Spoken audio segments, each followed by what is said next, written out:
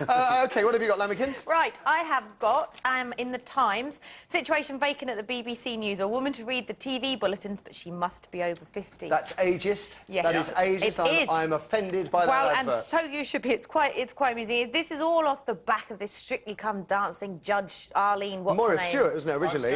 Bring back Moira Stewart. I love her. Yeah.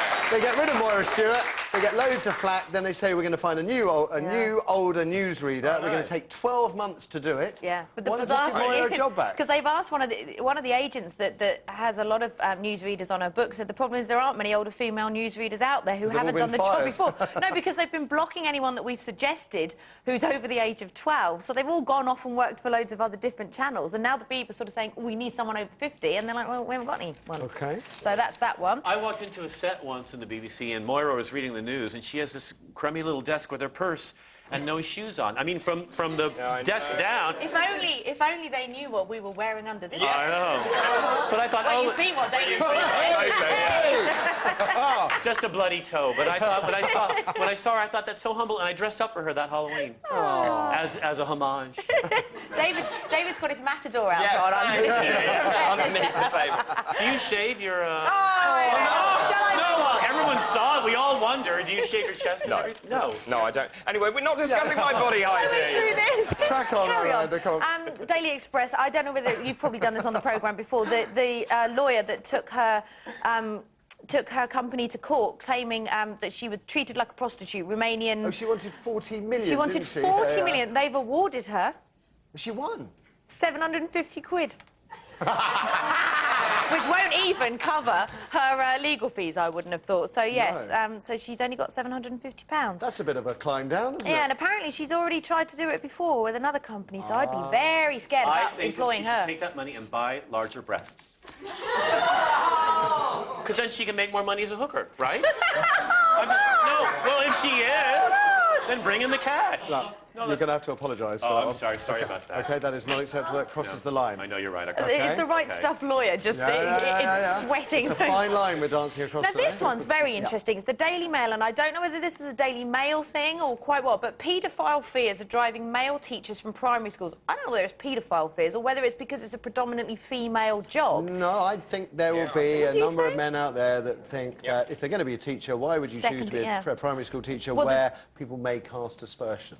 The stats talk for themselves, really. Out of the 490,000 registered teachers that we have in this country, only 123,000 are male, and most of them work in secondary schools and further education. It's just 13% of male teachers are in primary schools, and what the main problem with this is that the boys starting primary school don't have any male role models. So I don't know.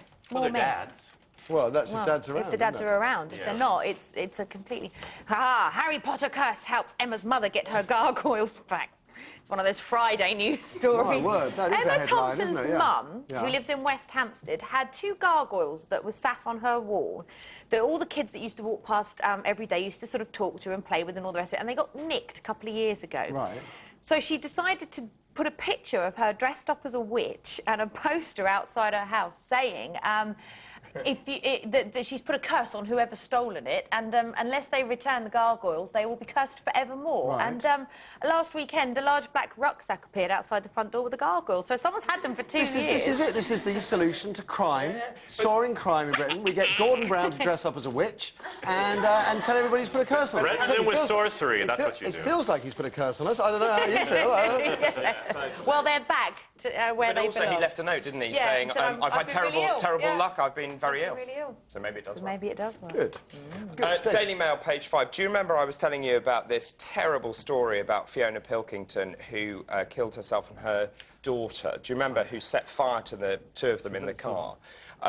And the inquest is currently taking place, but it appears that she was really terrorised by young people who were really young as 10, who basically urinated in the garden, more to the point, David, eggs. more to the point, I mean, this diary that she wrote is what it says about the police. Well, that's where I'm coming to. She basically complained to the police on numerous occasions about the fact they were being terrorised, and her daughter had a mental age of 4.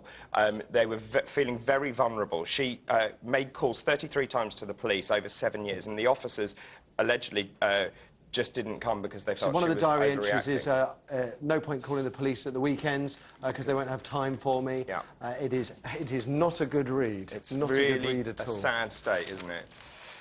This is the Daily Mirror, page 4, with the headline, Jaguar Cold. This is very, very sad, actually. Jaguar Land Rover yesterday announced it's going to axe one of its 2 West Midland plants, and I think there is going to be a huge question mark over whether they'll continue at that site. And obviously, this is at a time where you've got loads of workers up there really worried about their jobs.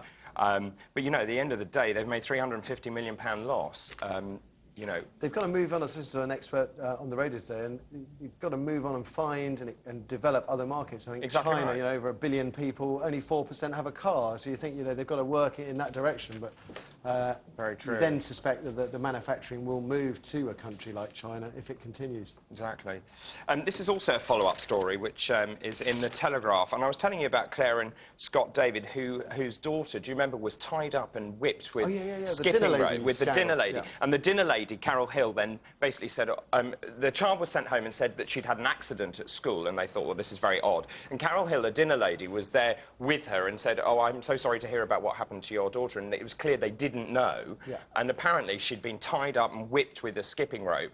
And apparently the headline is that parents are going to sue the school over the bullies. Now, already, Mrs.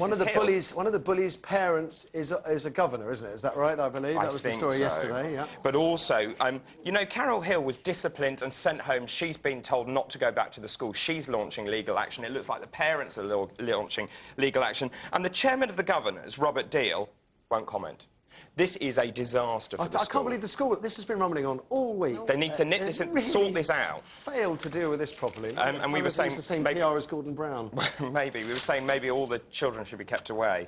And this is a really shocking story in the Daily Mail, page 25, which is that there was a police course being held in a classroom which was about how to look after handguns properly, so basically a safety awareness course. And this... PC Micklethwaite, was demonstrating the difference between a pistol and a revolver, reached into a Quality Street tin, got out a bullet, which he thought was a blank, and shot one of his colleagues, which went through the chair. It was a live bullet. Through him and through the chair, which obviously, with devastating effects, he had to be resuscitated on the scene, went to hospital, was in intensive care.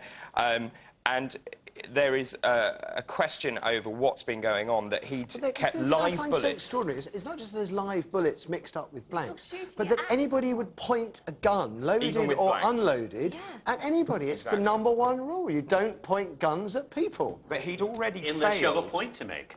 And maybe this guy had something out against this other guy. Maybe, you know what I mean? Maybe it's too CSI to come up with that, but I think... I mean, he'd actually previously failed a weapons awareness course, as far as I understand, so clearly there are issues here about safety.